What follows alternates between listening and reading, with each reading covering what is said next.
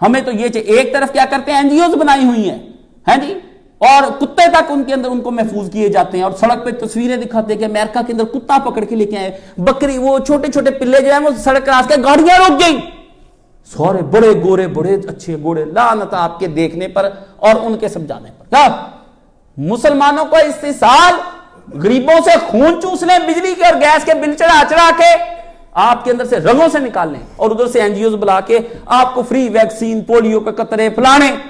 آپ کو یہ کیوں نہیں وہ کہ سارے سود معاف کرتے جس کی وجہ سے آپ جا کے خود ہی اپنا علاج کرا لیں؟ ایسا چکر نظام کا چلایا ہوا کہ آپ کو یہ پاگل بناتے ہیں. اور یہ نظام آپ کو جو سمجھائے گا, کون سمجھائے گا؟ اللہ پناہ دے, اس کو کون سمجھائے گا؟ یہ اب تو کوئی واقعی, میں پہلے سمجھتا تھا یہ حضرت عیسیٰ علیہ السلام کیوں آئیں گے, کیا ضرورت نبی کے پاک علیہ السلام کے بعد آنے کی, ٹھیک ہے نا اللہ تعالیٰ. اب سمجھ آیا کہ نبی آئے گا تو بات بننی. اب پتہ چلا کہ اوہو عیسیٰ علیہ السلام پوری طاقتوں کے ساتھ آئیں گے اور اللہ فرشتوں کے ساتھ ان کی مدد فرمائے گا.